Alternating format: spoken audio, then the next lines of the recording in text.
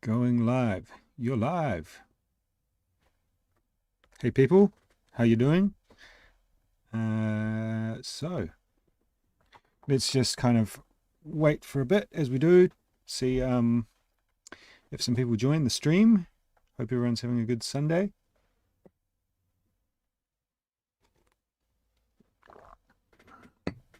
So I thought I'd do something a little bit different this week and yeah, do a live stream. I've got a few remixes to do at the moment and just want to kind of get some ideas down, see how things are gonna kind of work out with the remix, and like feedback that I've had from people who watch the channel and patrons and on Patreon and that kind of thing is that they really enjoy seeing these videos where I'm kind of doing stuff from scratch and that kind of thing. So I thought, yeah, got this remix to do. It's for an Australian label called Valiant.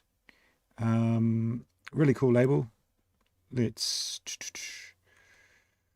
find them on Beatport and I'll show you. Valiant Records. Owned by Tom Evans. And the track that I'm remixing is for an Australian dude called Jared Marston. And okay, so this is Valiant Records. So they work with like loads of cool artists. Gorge, Marcus Hom, Mihai, Super Lover all recently did remixes for them in the last year or so. And yeah, it's made, I think most of the artists are Australian that release on there, as far as I know. So it's based in Melbourne. Yeah, Tom Evans label. Yeah, so let's kind of check out the original. Anyone who comes late to the party probably won't see this bit, but they'll just hear what I'm doing. So this is the original. Oh yeah, let me know if you can hear me and all that kind of jazz. Should be okay, I guess. Let's take a wee listen here. I'll just kind of skip through it.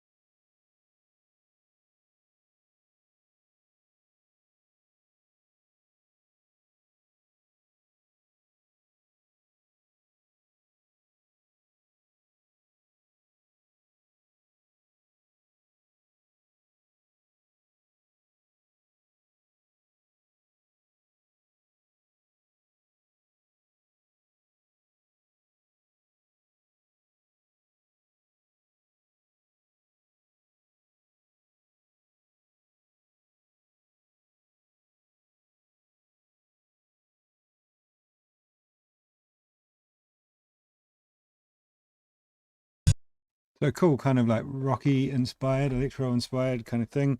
Totally different to what I produce, but I liked the vibe of it. I've been talking to the label for a while about doing a remix and they sent me a few things.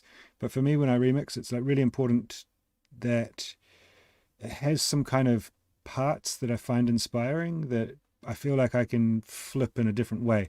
Like one thing I don't want to do is like make a remix that sounds like, or like if someone sends me a remix proposal and it kind of sounds like something I might do already, then it's not so interesting because I'm going to do what I do and it's like it doesn't make much sense to me, you know. But so I kind of need it to be different enough from what I normally do that it makes sense for me to do the remix. And I also want to have some parts that I feel like I can work with and are going to work in my style.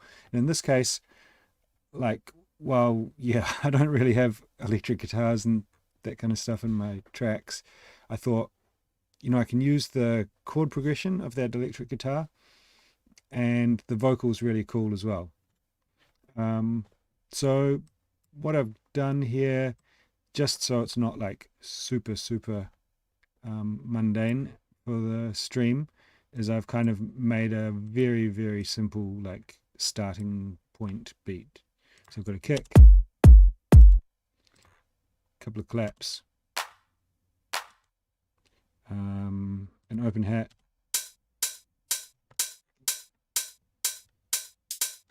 closed hat. It's just doing like one thing here, a top loop,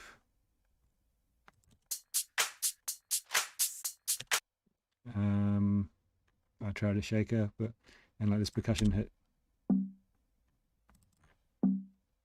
So it all just sounds like this.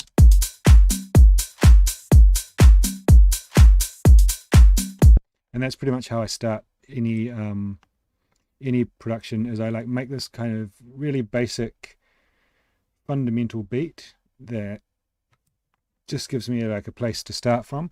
And I really, these days, I sampled from a 70s song, says Stevie V. Can't remember the original. Okay. I think it's on here, it says featuring Pragmatico. So maybe they've like redone it. I don't know. Interesting. Anyway, what was I saying? Yeah, so like I'll make a really simple beat. And these days I really try not to do too much more on the drums until like well into the process. Maybe I'll do something that's kind of, I'll add like maybe a percussion loop or something like that, or play some percussion. But I'm really trying to, at this point, focus on the kind of meat of the remix, the main elements, the melodic elements basically. And then I find like writing drums around that stuff makes it, I don't know, I find it works so much better. So anyway, we'll get into that. Let's just have a look at the remix parts. We've got the guitar. Oh, sorry, that's a string progression.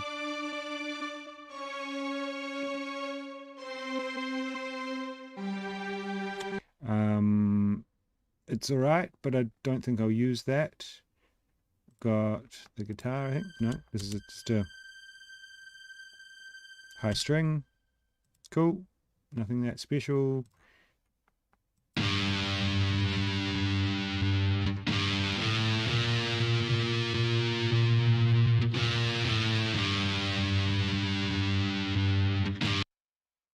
Cool, that's the guitar. I will not be using that, but I will probably incorporate the like chord progression from that into the remix for sure.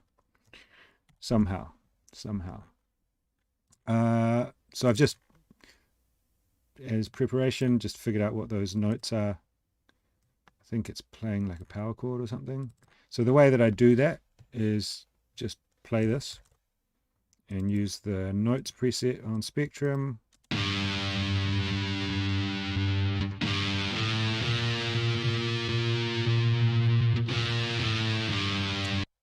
Just have a look, use my eyes, see what's going on. I've just got a diva on here, and it's just the default patch.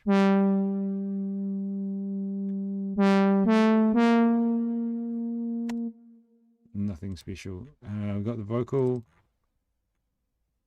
Hey, walk the night. Hey, gonna walk the night. Hey. And this vocal here.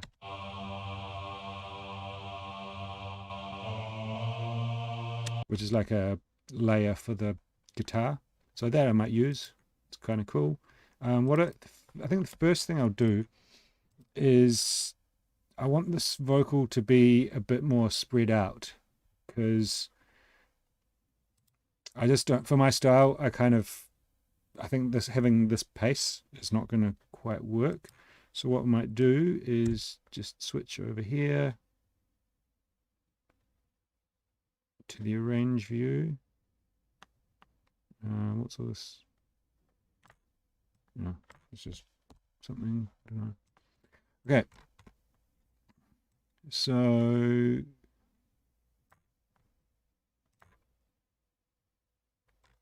main vocal.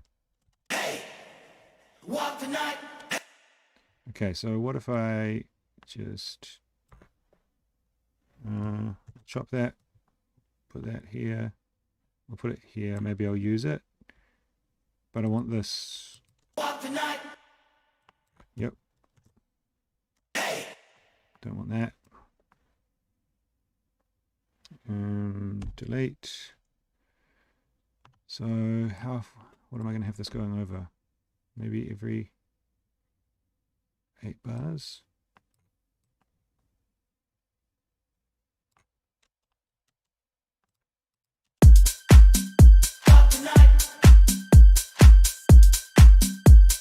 And then maybe have the next part there.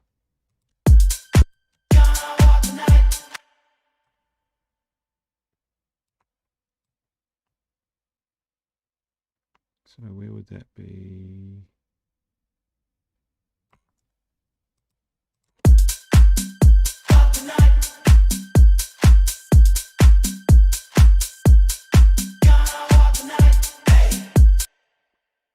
I'm going to take that out. Is that right? Does that loop seem right, guys? Sam Lamari in the chat. Okay. Walk the night. Walk the night. Hey, gonna walk. Okay, so if I'm confusing myself here. So let me just delete that.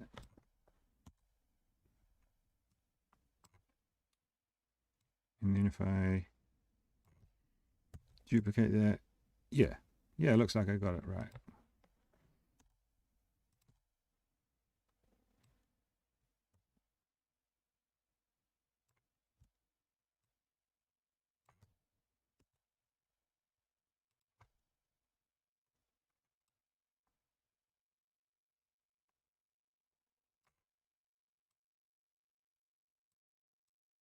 Not convinced, but yeah, anyway, I think that'll be cool.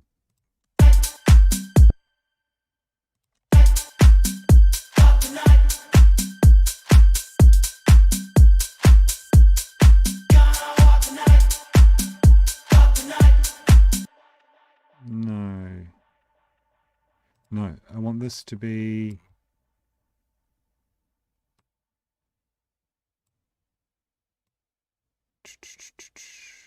here.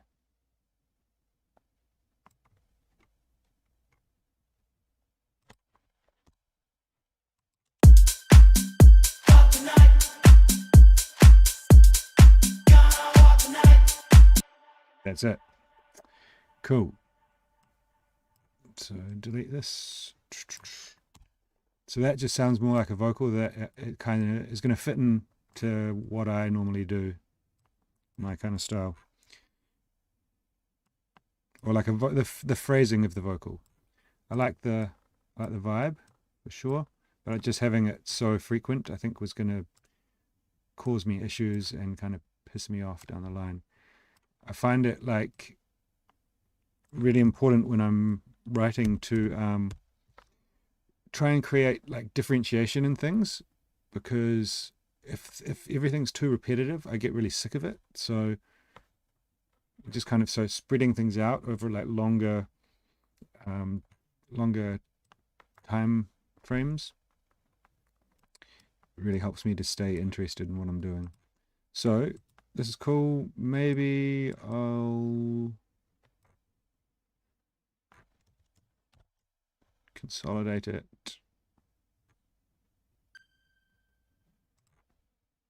And let's go back. Then we go loop. Walk the night.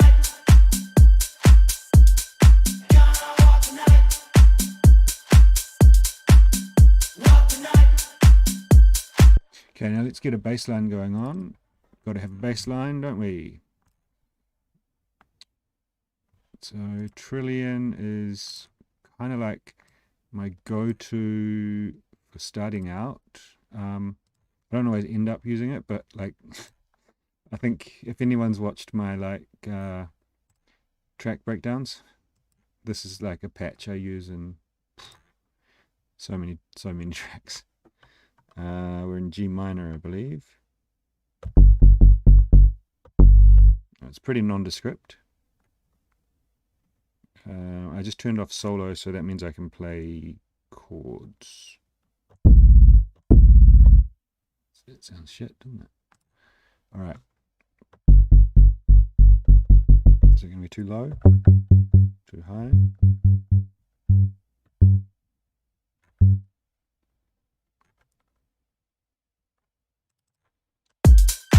Something like an offbeat could be interesting.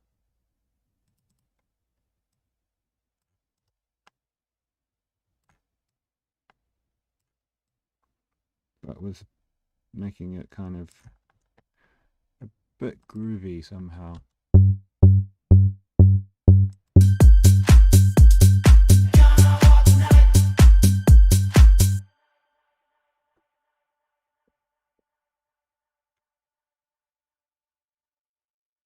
How long did it take you to feel comfortable with your sample and plugin amounts? I'm not sure what you mean, R&T.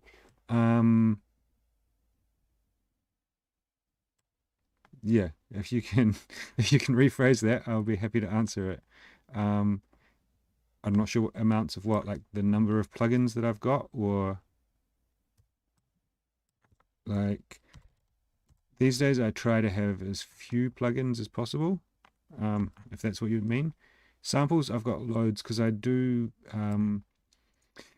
engineering and stuff with a bunch of different artists who do like house and tech house, or like melodic techno or Afro house. So I kind of have way more samples than I need. I also used to buy just like so many sample packs. These days, I'll show you something really cool in Loopcloud that you can do. So Loopcloud, this is all the stuff that I've bought from Loopcloud, but these ones here in blue are packs that aren't available on Loopmasters, but you can use this add sample thing here, and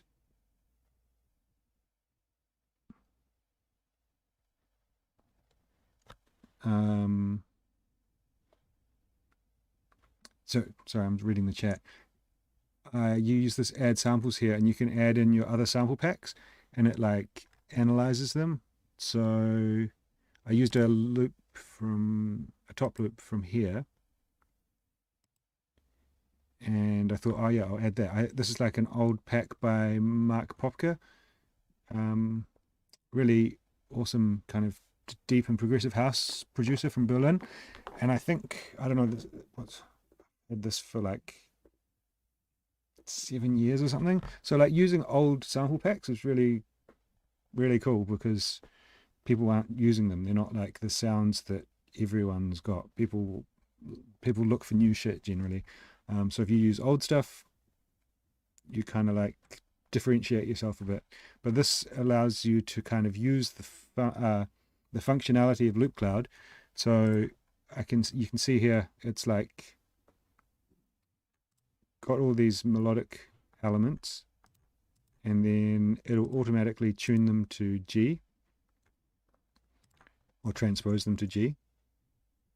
Let me just, I need to, okay, let me solo Loopcloud. If anyone's not using Loopcloud, you got to use Loopcloud. It's so good. So play this.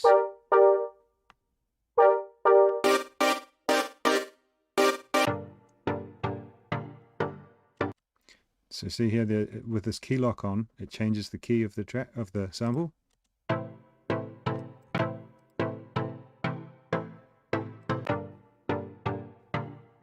So you can audition all your samples in time and in key with the track you're working on. And these samples aren't even available to buy on Loopcloud Loop Masters.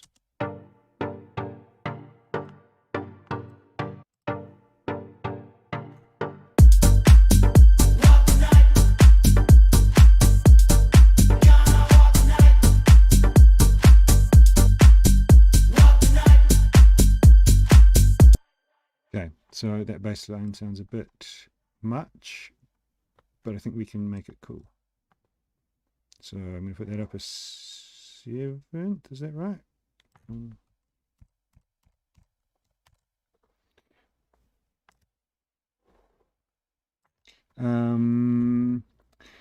RNT. The amount of samples kicked, etc. All right, yeah. My advice, Aaron, about the number of samples and plugins and stuff, the fewer that you can work with, the better. Like now, in terms of plugins, I've got loads because I'm getting projects from people I work with, and it's just super helpful, super handy for me to have like plugins that are compatible with theirs. But when I'm writing my own music, fuck all. I use like a handful of different synths. I really try to limit it. I feel like you can get a lot more. You can be a lot more creative with less, and just like reusing the same stuff and just but trying to work it rather than just always searching for something new. Like something I always get asked is like, what's the best synth for this genre? Or it's like that just doesn't exist. That's something that that people are searching for. They're kind of it doesn't exist. Someone like, let's say Yuhi Diva, right? People who make trance, people who make house, people who make drum and bass, people who make hardstyle, people who make everything use that synth because it's like modeled on old analog synths. You can make, it's a pretty basic subtractive synth that has just a really good engine. So you can make most sounds from it that are in a subtractive synth style, right? Which is like most of the sounds you hear. Anyway, bass.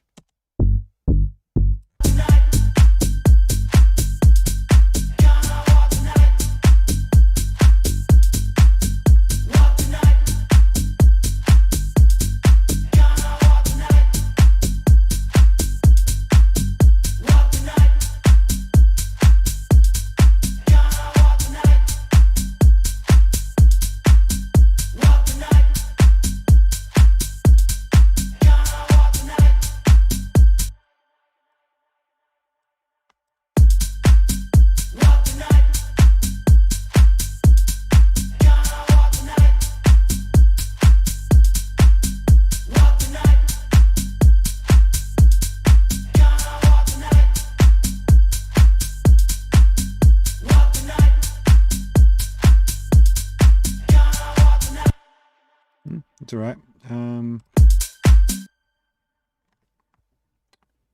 What about... So this is pretty much how I come up with melodic elements. It's just like trial and error.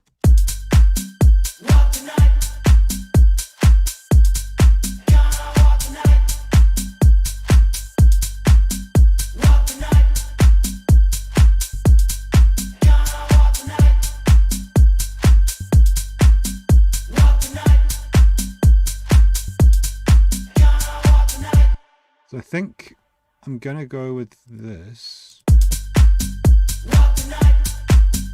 Because something I did recently, I made a kind of similar thing, and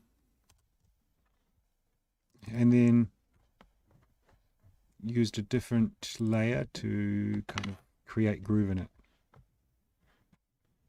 The preset from Trillion is called Deep Round Voyager or something. It's just a basic dark and round Voyager. Just a basic as saw wave kind of sound.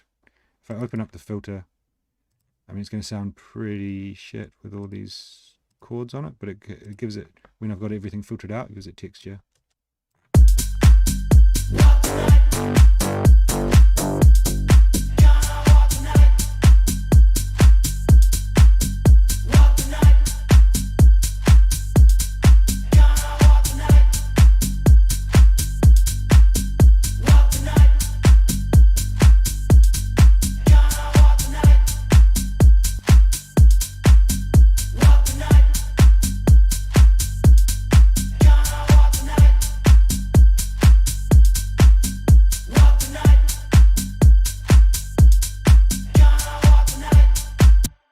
Okay, I might put a filter on that vocal, just so it's kind of there, because I want it to, everything that I add, I want to make sure it works with the vocal, but I don't want the vocal just playing 100% of the time, because it's going to annoy the shit out of me.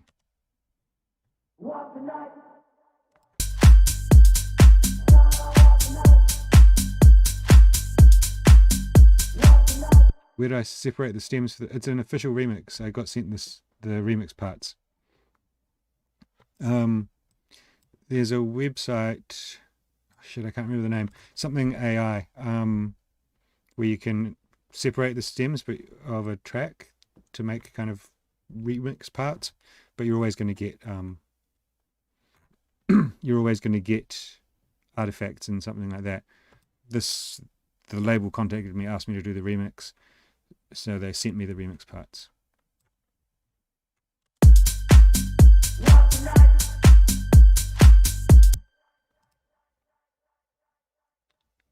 That's it. La lie. Well, is that what you wrote? Yeah.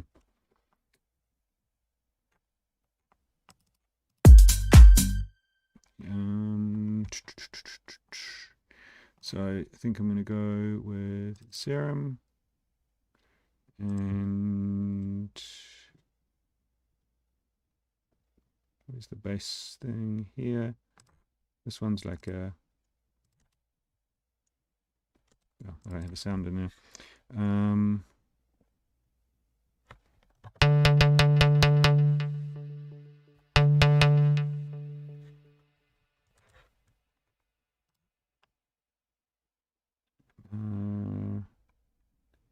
How do I transpose this whole thing?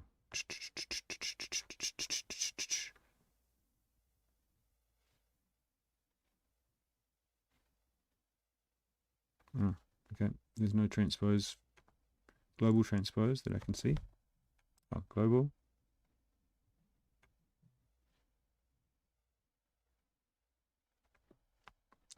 Whatever. I'll just use this.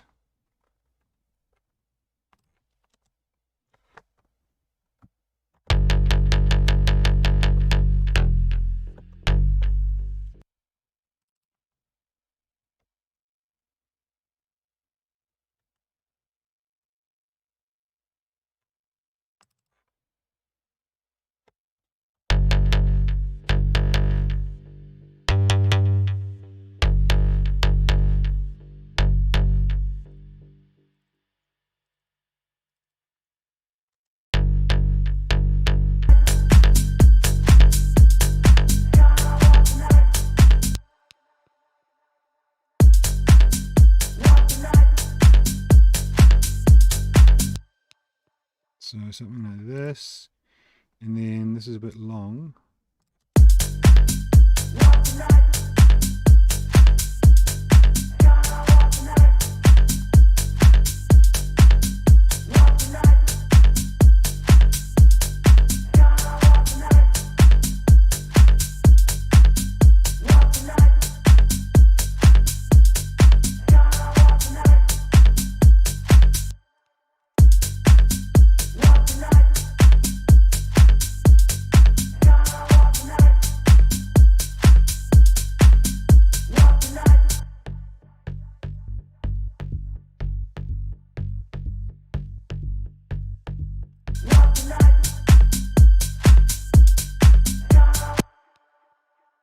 Bassline comp, more quality than glue comp.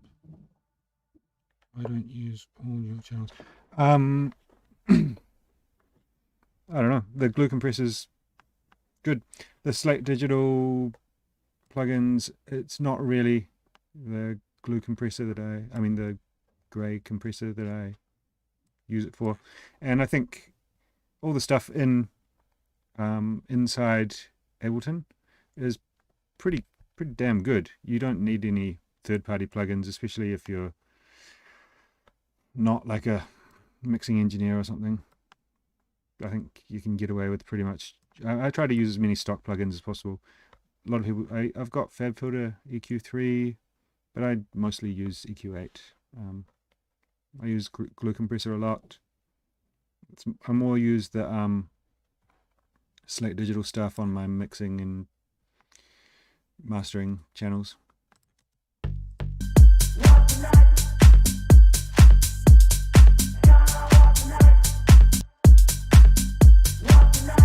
So maybe this isn't grooving with the vocal.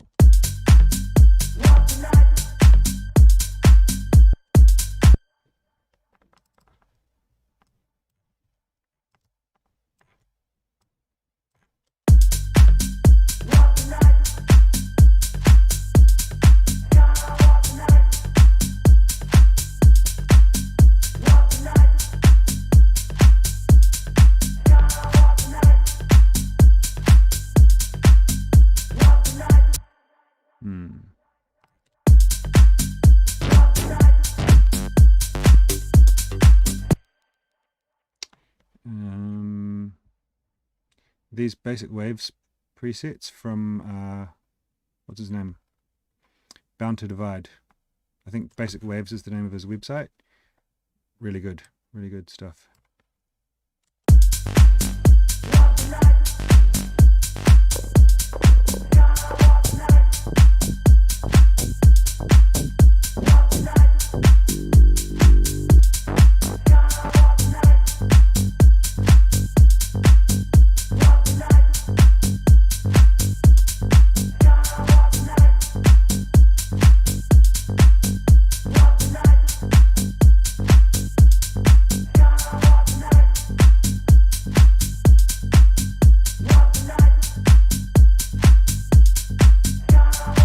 So that bass is sounding cool to me.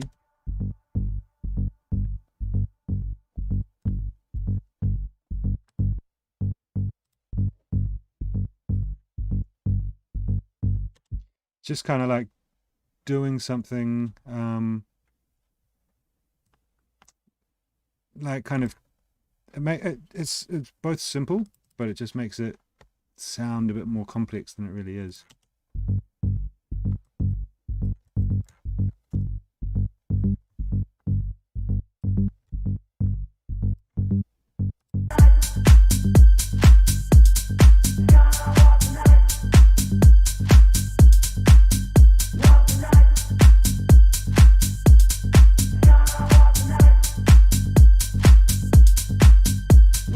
Okay. So when I'm making new elements, guys, this is like something that I think is really handy about Ableton and writing in this view particularly. I know a lot of people who use Ableton actually only ever work in the arrangement view, but something that I do constantly is use this to like just experiment with different ideas. So say I've got this, right, and I kind of like that, but I want to try something different. So I just duplicate this clip. I've got it here. I don't lose this one. I can always go back to it.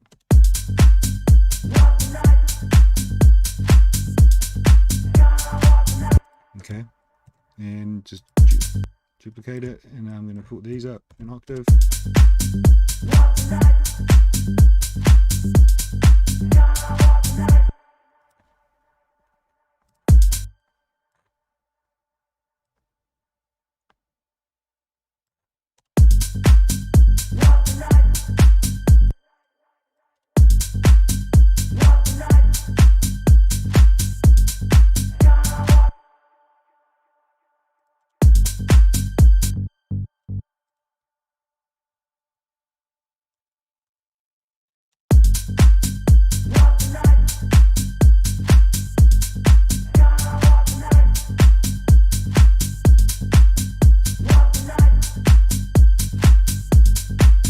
I've, this is like, it's a great way to kind of be creative and just, it's kind of like brainstorming, right? Like you just dump out more and more ideas, and then you can always go back and listen to.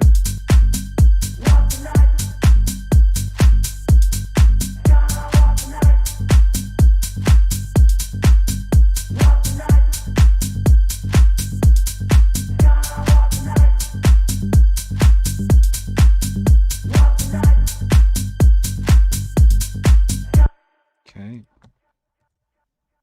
so turn that off.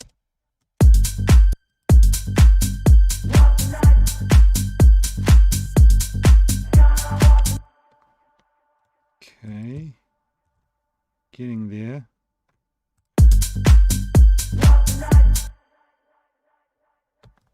Maybe.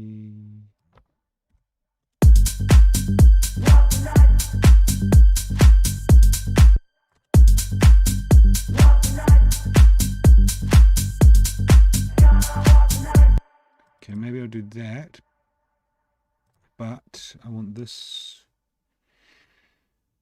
Man, if anyone knows if there's a way to like make the velocity sensitivity for the whole synth just by default. I hate this having to kind of route it with this thing. No. Fuck off.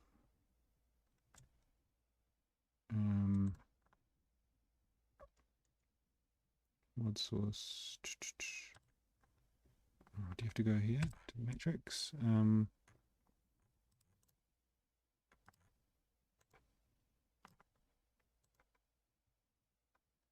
Can't just remove it.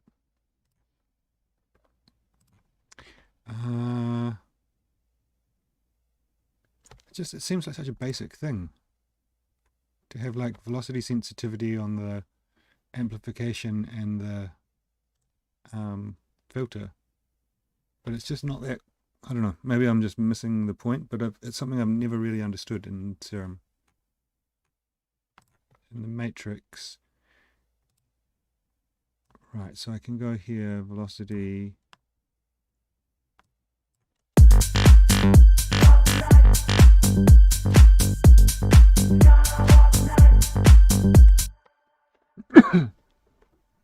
And then if I,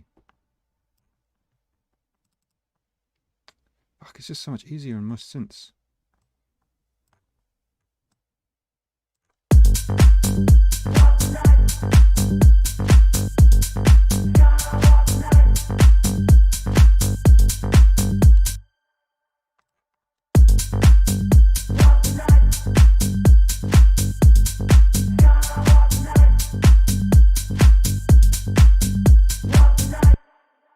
And I want the volume.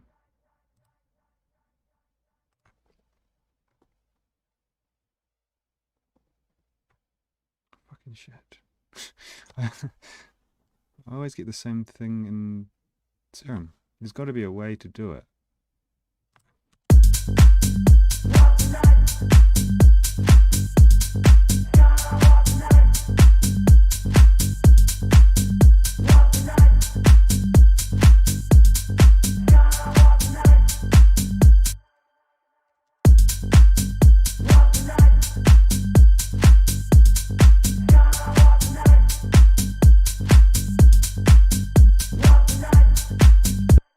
Okay, we'll go with that.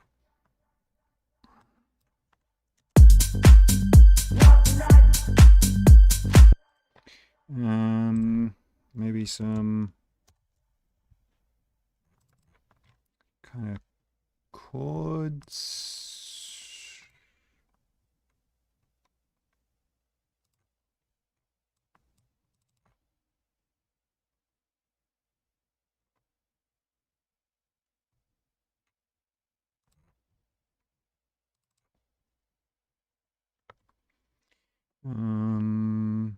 Let's put a minor triad on here. Change that to a saw wave. Bring the filter down.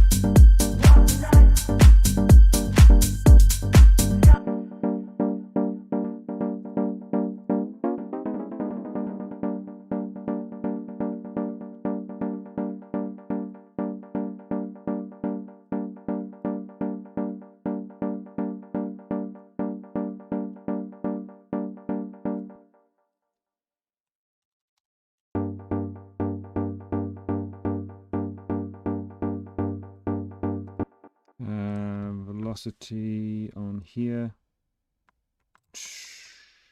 I want, yeah.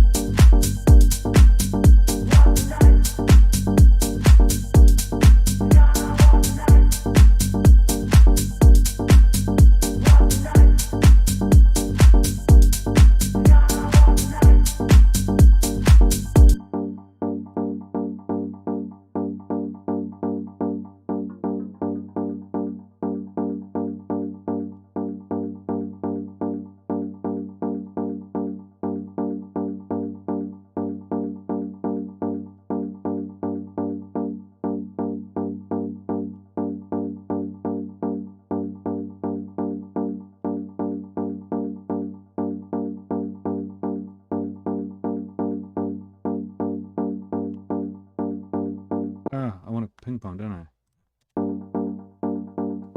That's why it's sounding wrong. Funny. Okay. But this is really handy on echo. You can use this ducking feature. It's visually not that easy to understand, but this is really good.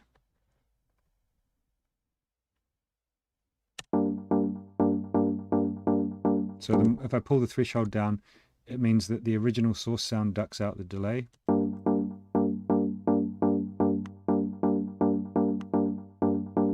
So there's the delay fully. So it just means that the original sound is a bit more prominent.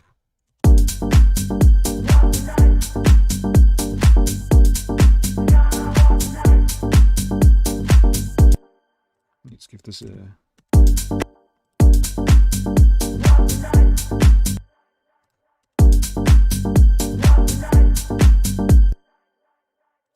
maybe something like that.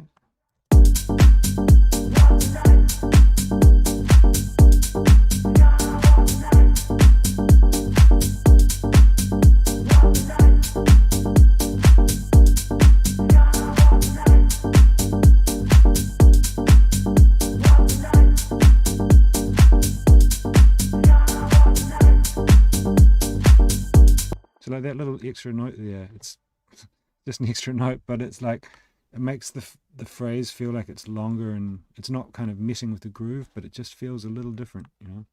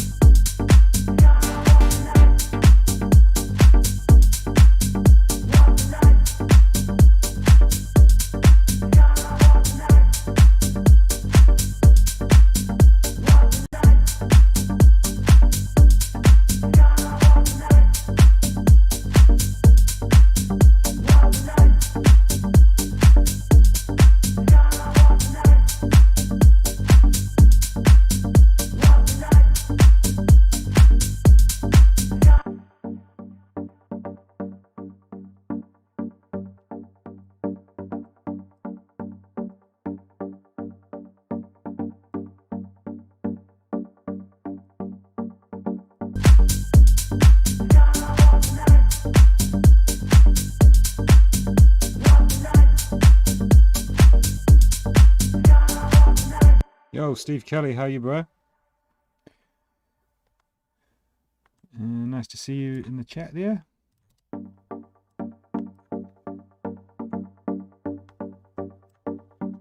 Maybe this is an octave too high.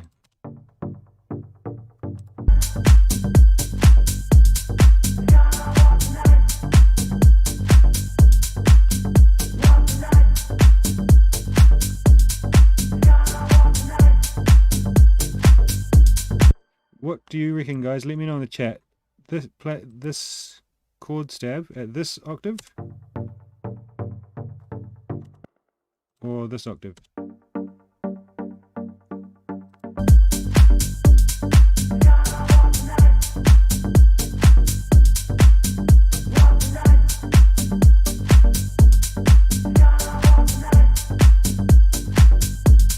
I think the lower one.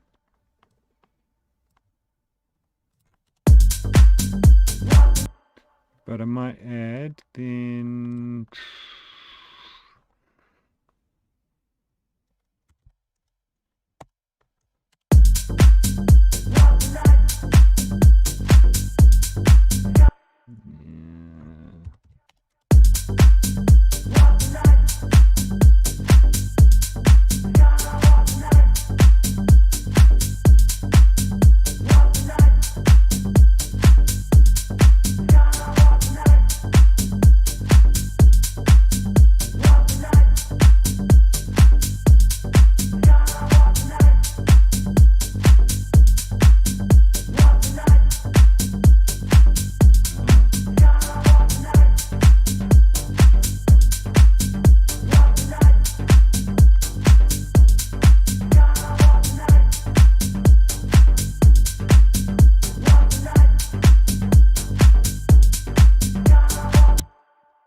Emmanuel Junior Reynolds at a fifth. I've got like, so the chord device there is playing like a chord. So I've got a fifth here, and so it's playing a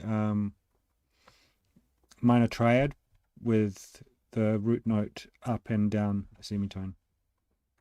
Sorry, an octave. So essentially, it's playing this. What's happening? But let's just put it in the scale.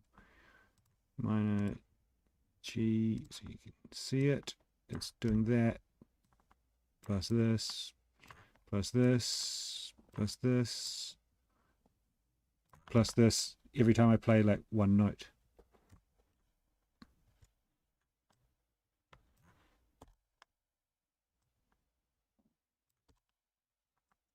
And then to make that a bit like more humanized, I've got it going through this velocity randomization. So each time it plays, it sounds a bit different.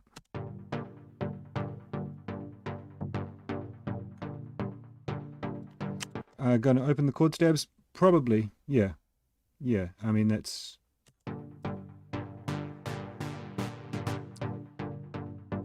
See, like, people message me all day long asking me, what synth do I need to buy for deep tech? What synth do I need to buy for progressive house? Like, how good is Wavetable? It's so fucking good.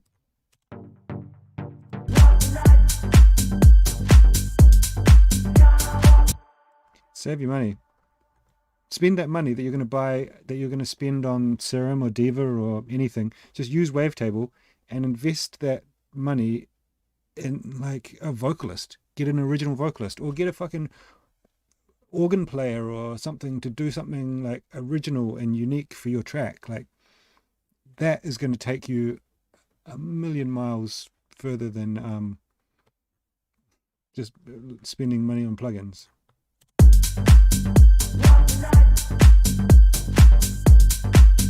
I think I like that here too.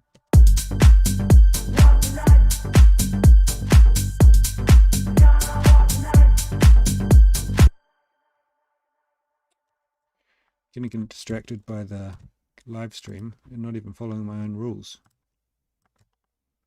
So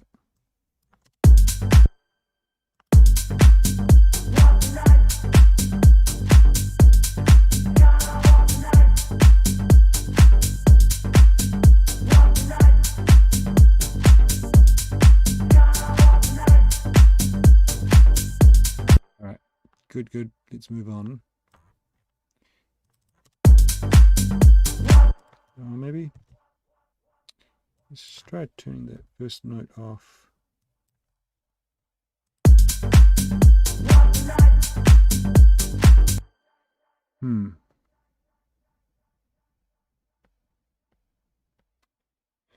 In my track Pranayama, I had, so this is another tip, guys, reuse the sounds from your tracks. Like, probably change them up, but you know, don't make every track sound the same. But like, if you've got an idea of like something that you think might work in your track and you've done it in a track previously, then just grab it, and then you've got at least a starting point that you can change it, right? So I just thought like some kind of chord on the downbeat would be really cool, and I did that in my track Pranayama. So I'm just going to find that.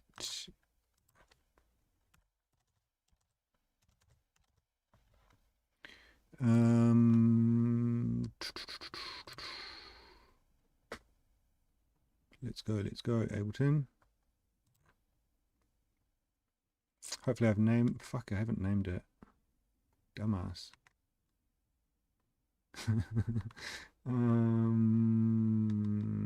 Name your elements, mate. Guys, everyone. Maybe it's this. If it's not this, I'm just gonna have to start again. No, it's not this. I'm new to Ableton. Ableton and Wavetable is one of the best.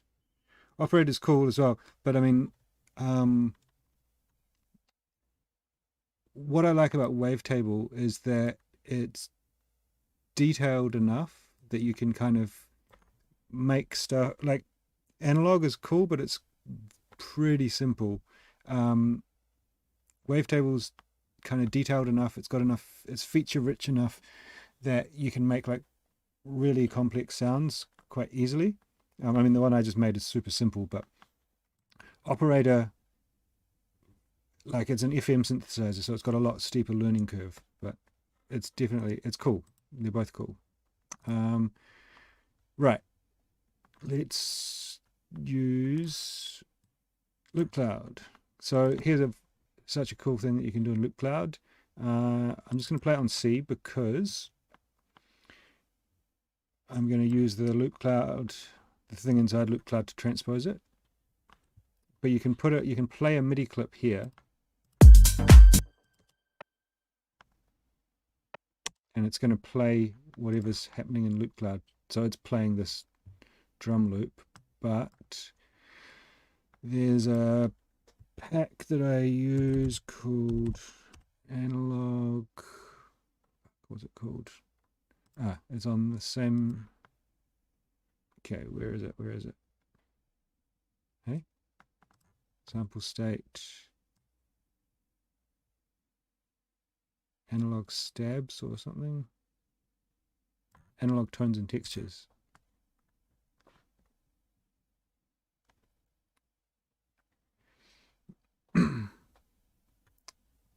Come on.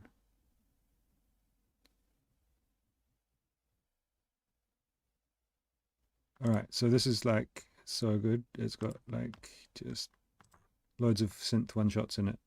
So I've got my thing set to G. So most of these are in C. You can see here. So it's going to transpose them down to G so I can hear what it sounds like. Let's just quickly flip back and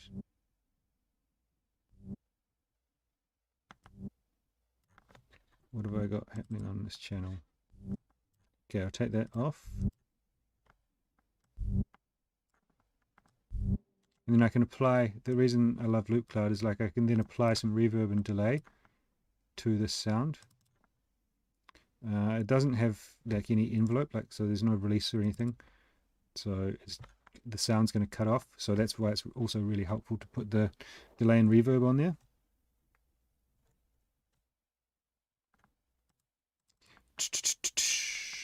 Okay.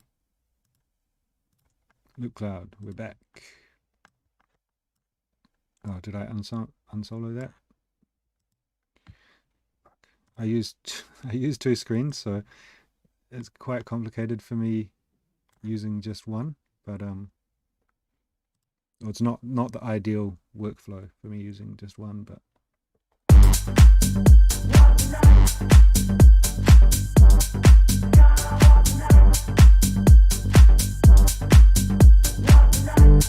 let's go stab.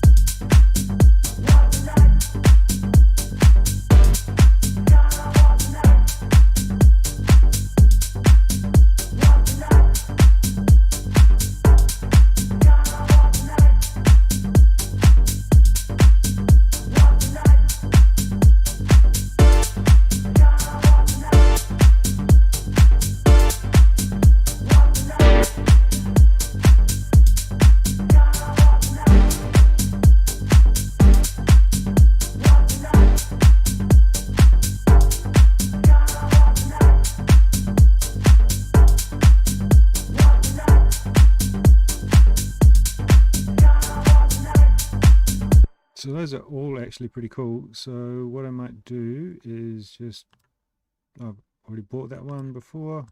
I'll just buy them all. Okay, I bought that one before as well. This is one annoying thing about Loopcloud, is if you drag them from here, it creates a new copy. It doesn't actually drag the original sound. I have to put this on my second screen. And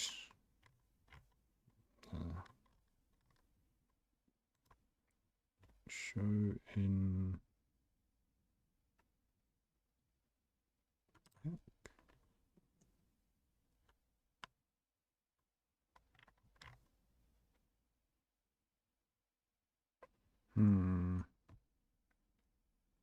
which one should I just buy? I should say new.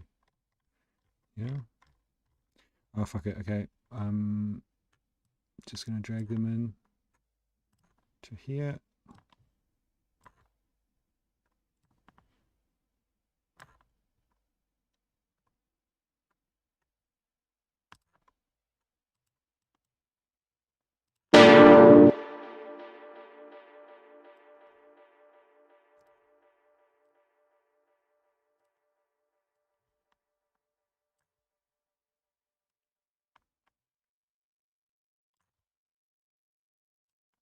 Oh, I don't want to do this. Shit. So I just dragged these in, but now it's transposed them. So the Ableton's like transpose engine is way better than Loopcloud's. So I'm gonna have to find these 41. 7. Okay. So are these in order? Oh shit. I've lost it. Oh well. So these should be, I'll just have to go with it, do it without. Now just go mute all these.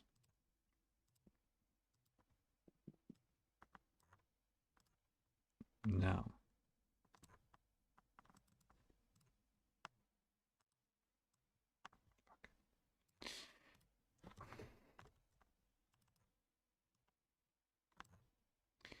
Getting flustered. looking like a fool on the internet.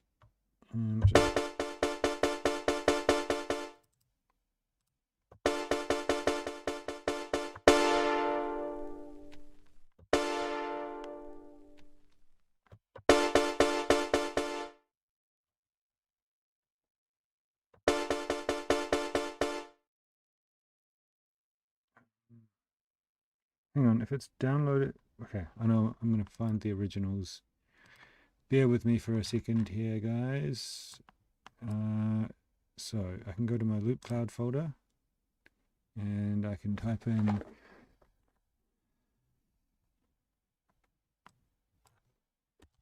stab A4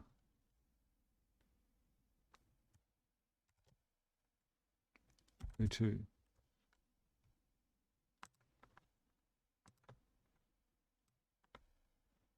Cool. And then I'll just place it over there.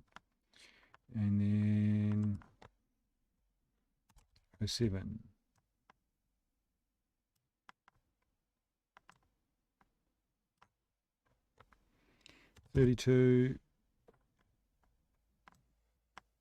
And 41.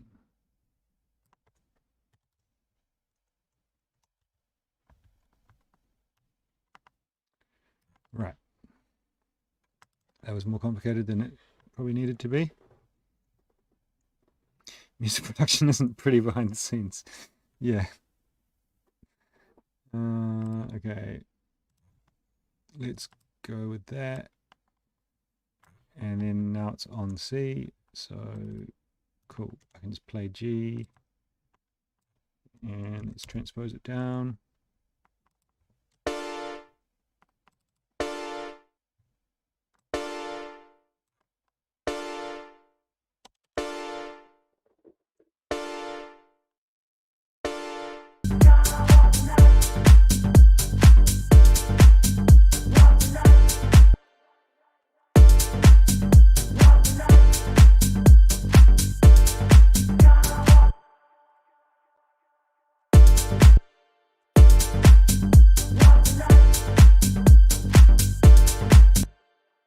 Does this happen to anyone else?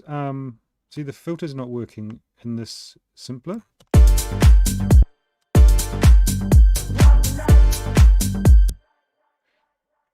don't know. I guess it's a bug. Who's got time to report that to Ableton though?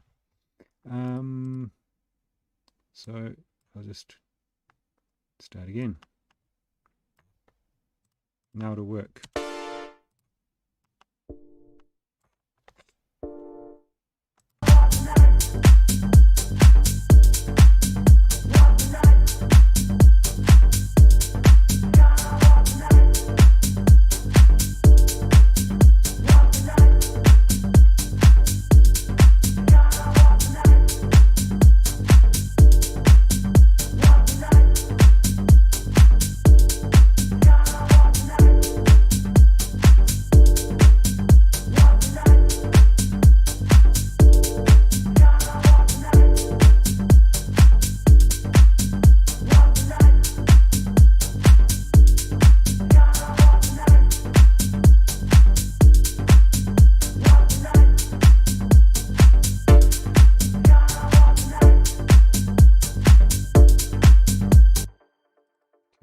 Probably don't want that to happen every bar, maybe every 2 bars.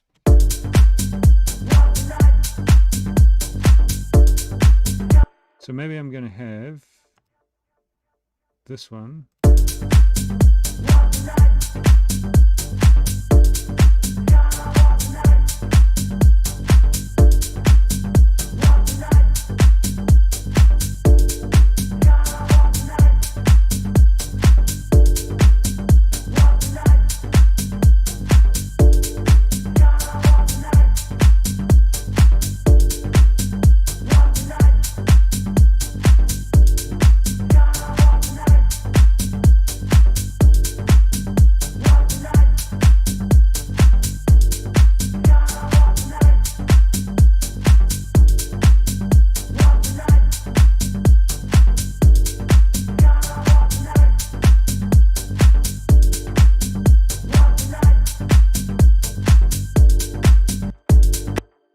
So now I can try these other ones as well. Kick is thumping. Is that a good thing, Steve, or is that like the kick's way too loud, dickhead?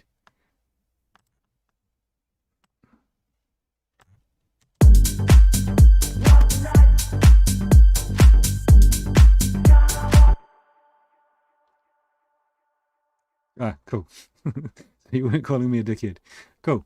Well, so yeah, this is kind of like part of my process these days with Loopcloud, finding samples and stuff. I'll kind of audition a bunch, drag them in. I buy like an annual subscription, so you get like, I don't know, 1,500 sample credits a year. And I've still got, how many left? 978, and I think it renews in October. So like, yeah.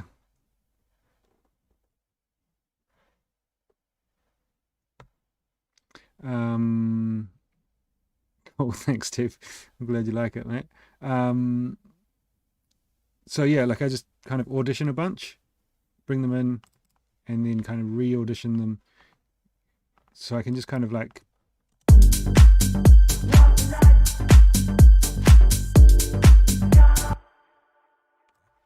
and I'll bring that one down to C because it's in D.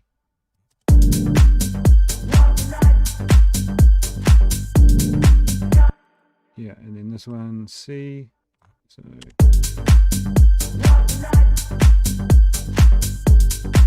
we're going to go with that one there.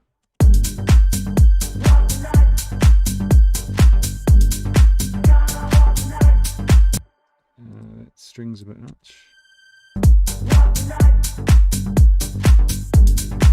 Okay, here's something else on Loopcloud that I love. Oh no, another pack that I love on Loopcloud, sorry. Go here, new session, clears all that stuff.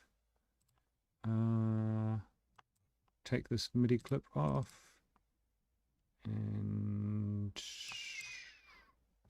should be good to go.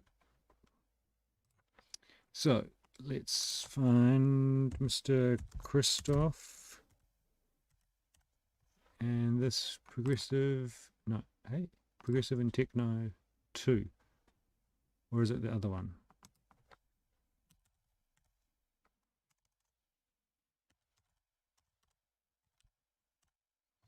Progressive and techno.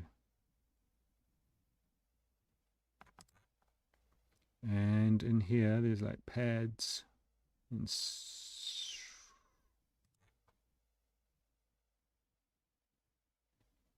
should be pad.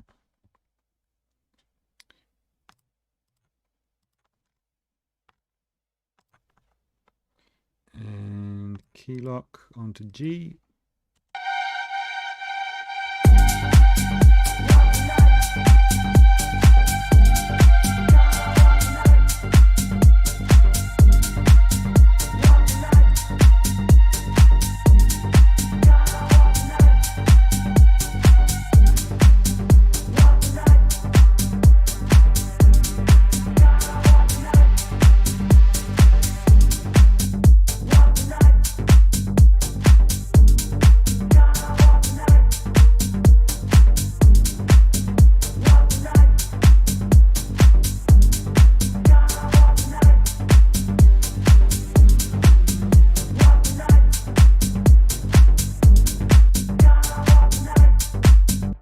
String. Is there a string section? There is.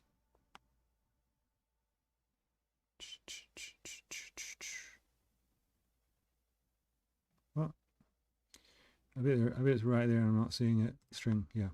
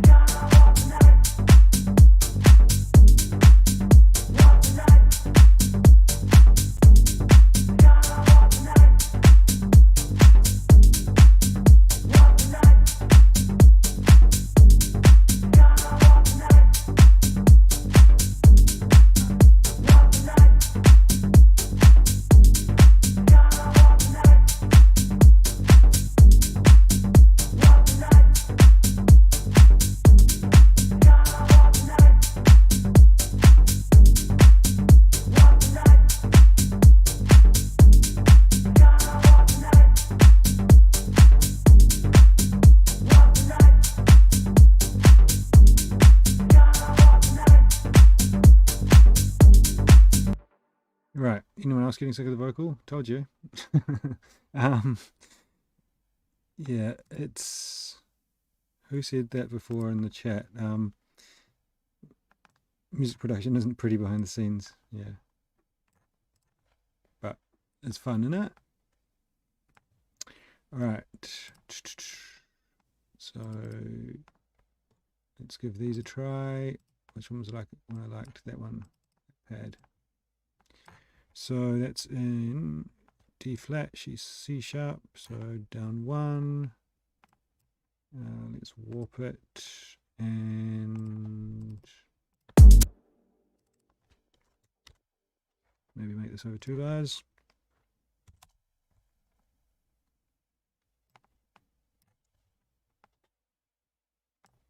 Turn off Loopcloud.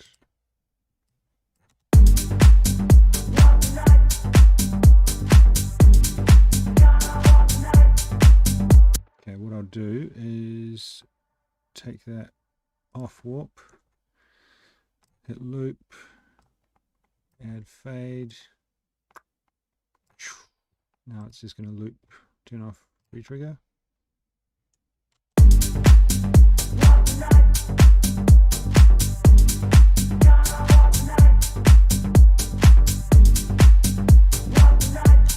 Sustain on.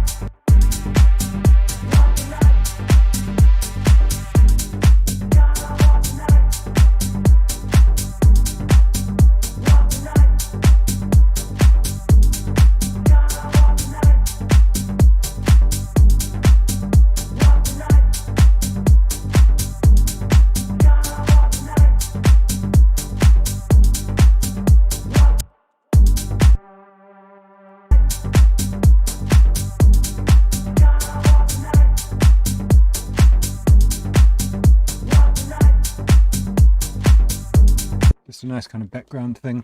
Let's have a look at this guitar progression thing. See if we can find a sound. I might go with Serum again.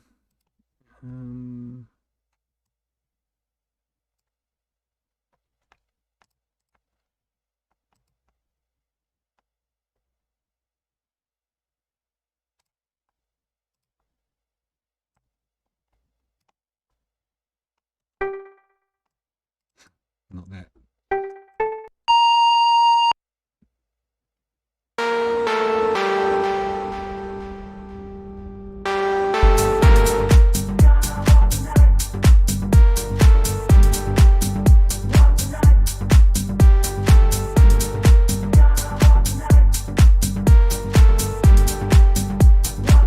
Okay, so at the start, when I started, I was talking about the drums, and I was saying like, this is kind of how I do it for drums until I get way further down the track.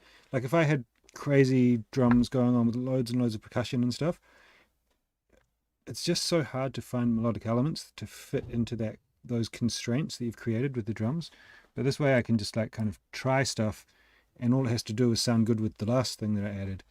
And then in the end, once I've got all this kind of melodic stuff and maybe done some stuff with the things with the vocal, I can then find drums.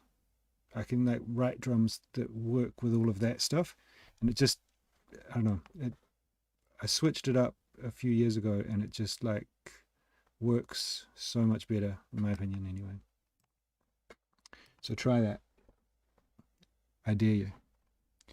Let's turn on this arpeggiator. 16th notes, and I don't want it to go up.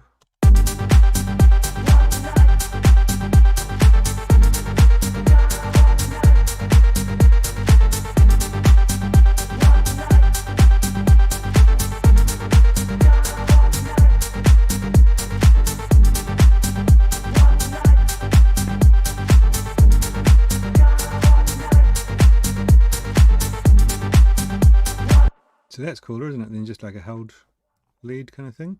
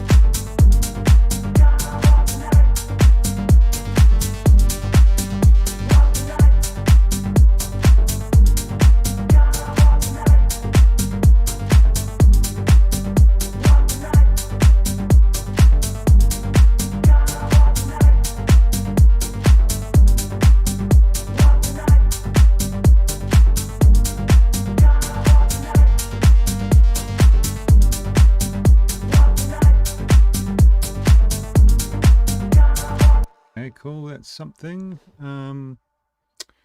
What about if I add on Tantra?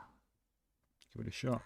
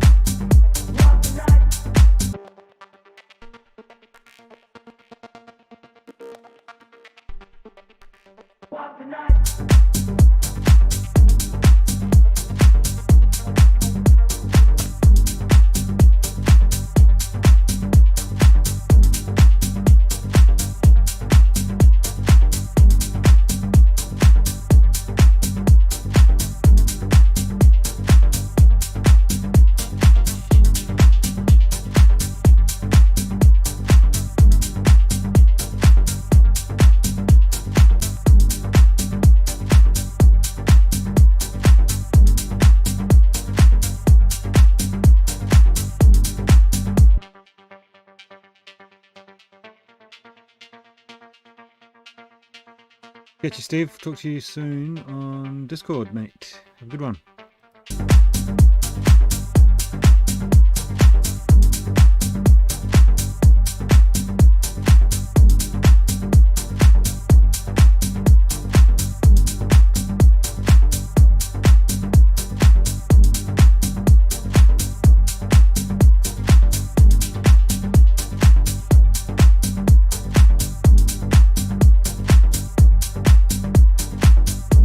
Right, I like that. I think that's cool.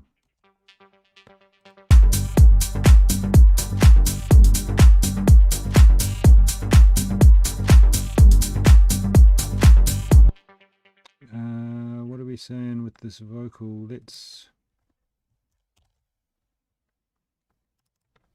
We got this hey part in the vocal that I wasn't like super jazzed on. But I think it could be cool to like make something with.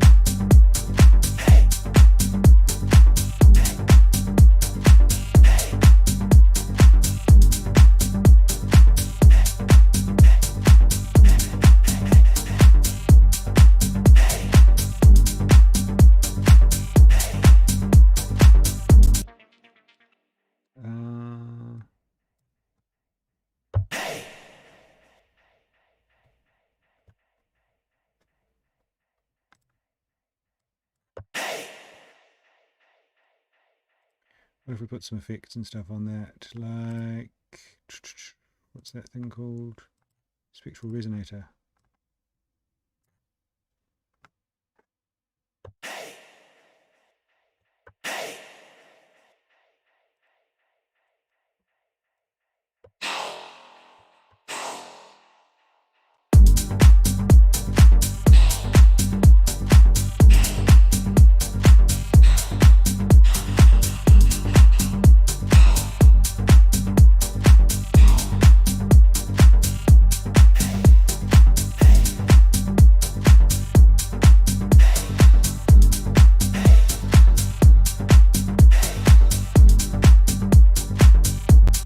Okay, interesting. Let's chuck a echo before it.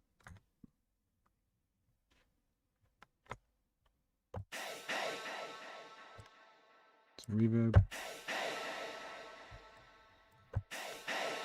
Maybe echo after.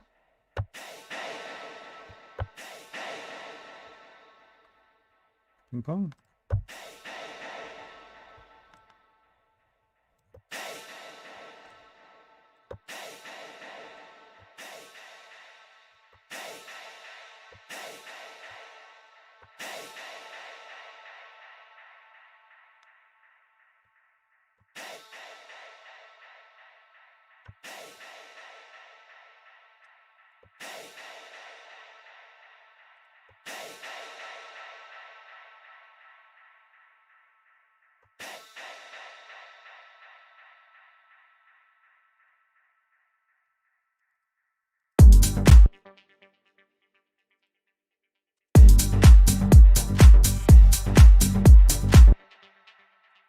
Maybe every well, just 4 bars for now.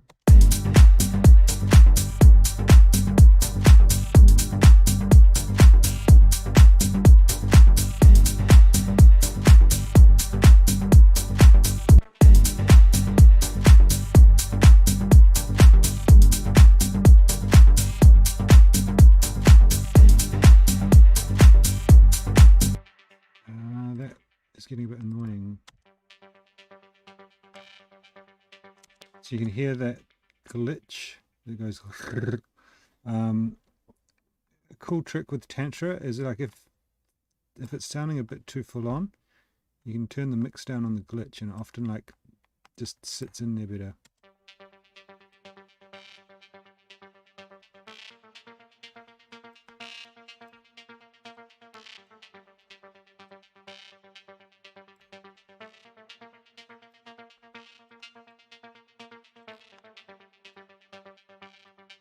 So it's this one on layer B that's sounding a bit weird.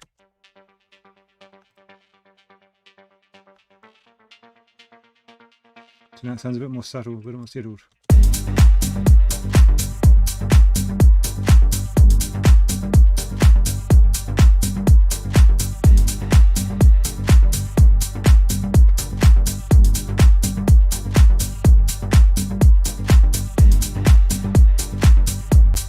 Okay, what if I take this, I'll, cut it, and drums, drop a drum rack,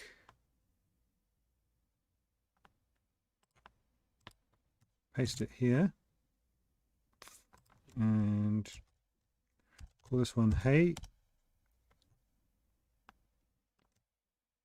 and then copy it to here, call this one Night or something.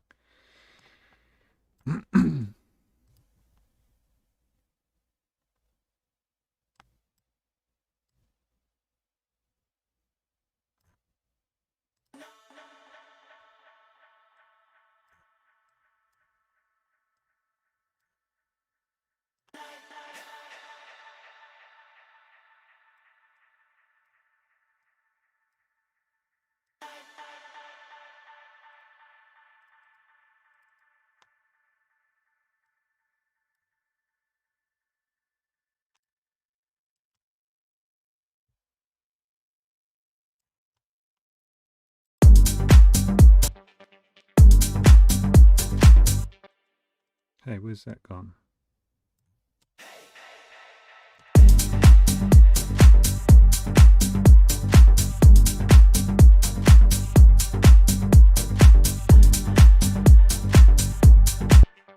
No, maybe have the hey here.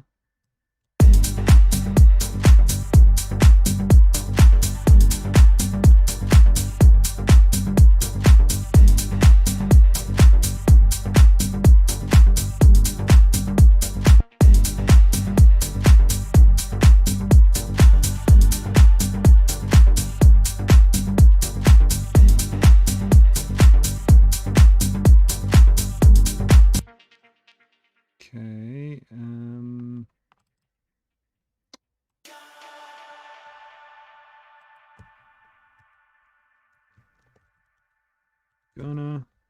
and then maybe we'll make another one.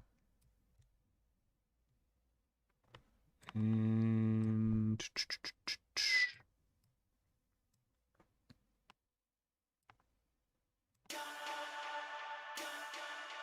oh, did I just do the wrong one? Okay.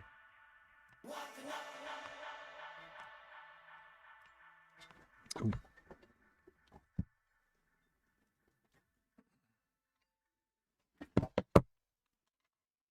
Right, that's an hour and a half. I'm probably going to have to bounce in a minute because it's going to start pissing down with rain. And I don't want to ride my bike home in the rain.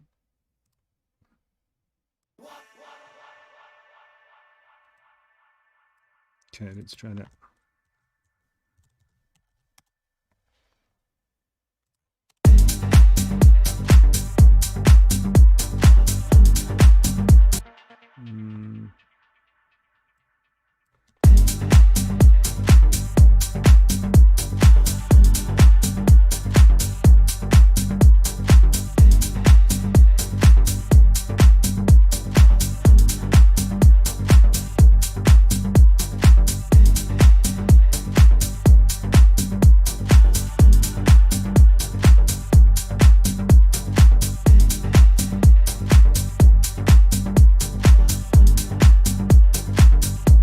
How long does it take you on average to finish a song completely? Well, that's a tough question to answer in a way, because so for this remix, I've done 2 other sketches already. Let me find them in Dropbox here.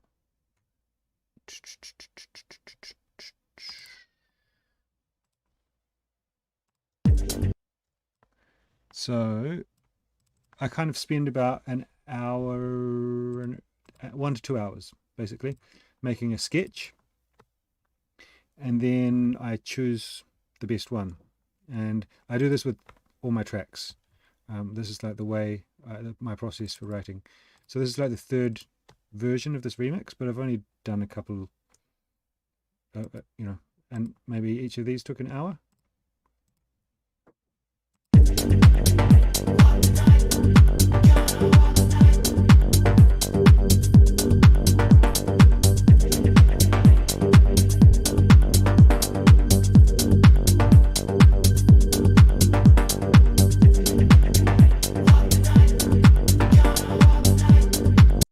And then this is another version, something totally different.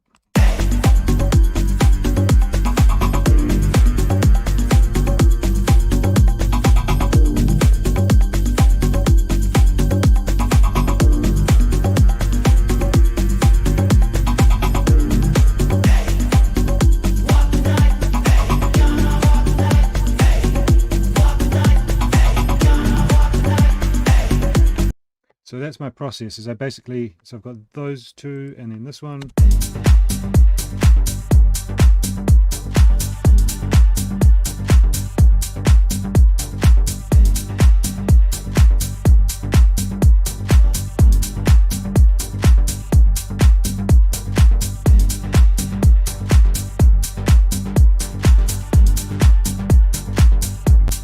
So I kind of like make a few versions, spend a couple of hours on the kind of creation of an idea, and then I'll go, okay, well, this is the best one, and I'm going to just finish that. And normally when I decide it's the best one, it means I've got the clearest idea of how it's going to make it into a whole track. So with this remix, it's probably going to be this one actually. It kind of feels like the most like I want my music to sound, I guess. But that's cool. So I'm going to probably finish this, and I can imagine this would take me.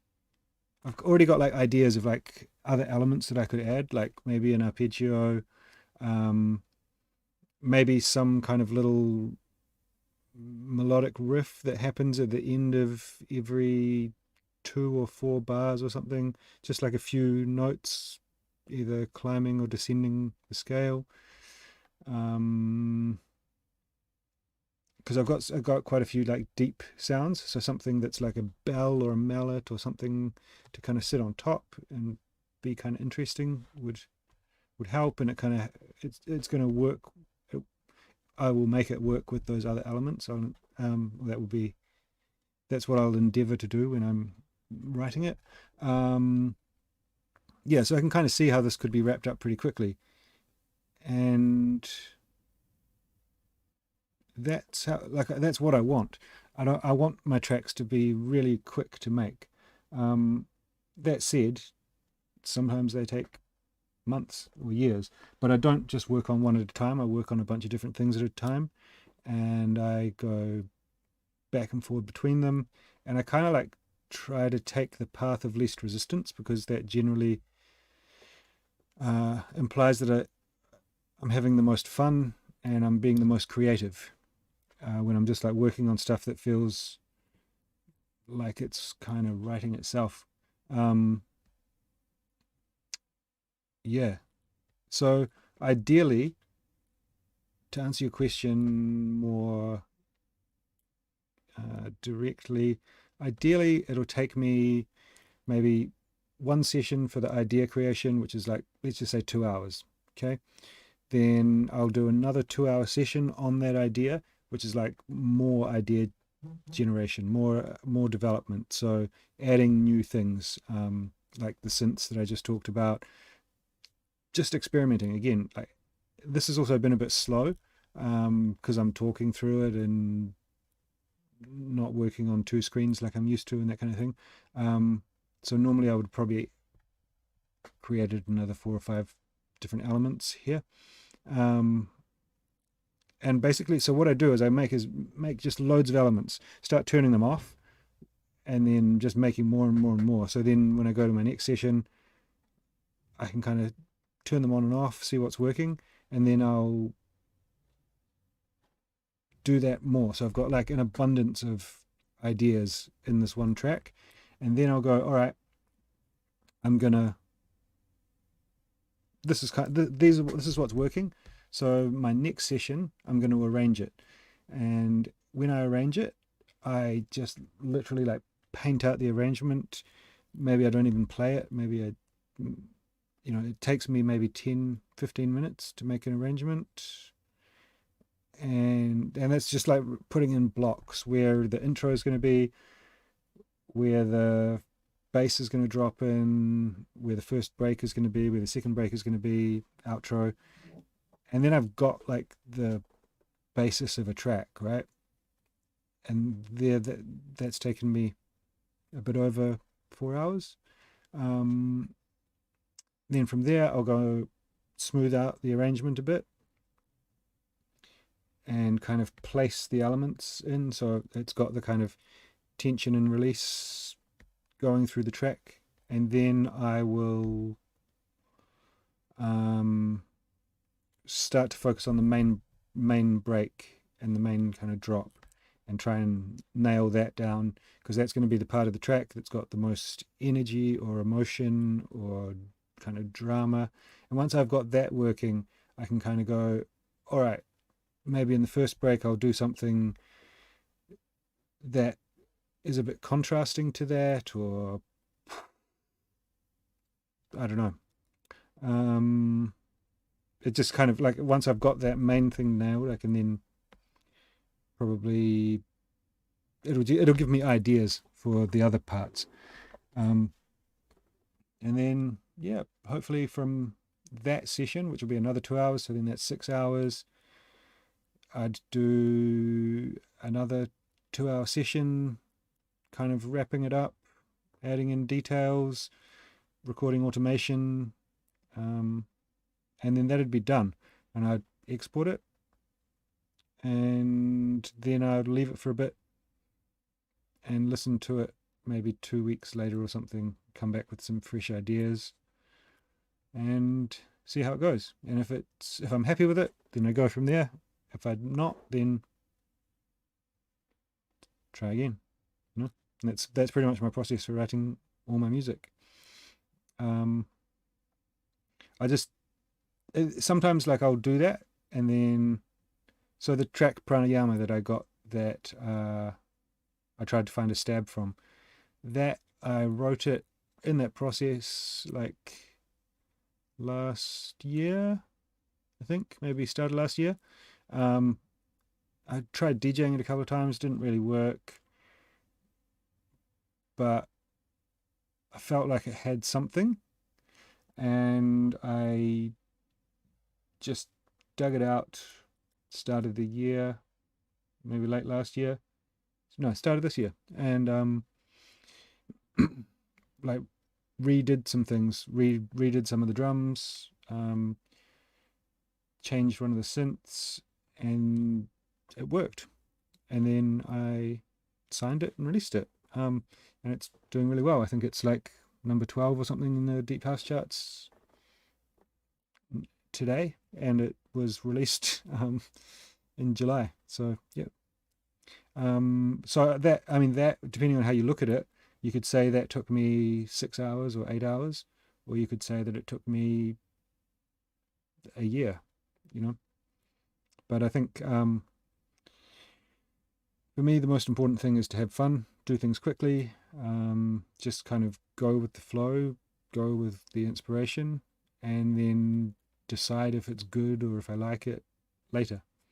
And then I like just write loads and loads and loads of music, and kind of pick and choose what I want to dedicate a bit more time to kind of mix and do the finishing touches to. Yeah. So that was probably way more information than you were wanting, but hopefully it's helpful for someone. Anyway, let's have one more listen to this.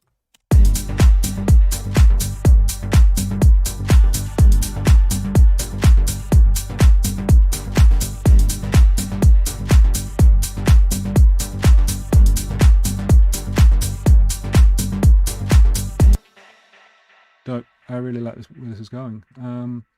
Maybe tomorrow I won't, but that's the game we're playing. All right, guys. Thanks to everyone who tuned in. I better save this shit. Thanks to everyone who tuned in. Go check out my new track, Lovely Day, which is out now on Monday Social. Do it. All right. Have a good one. We're out.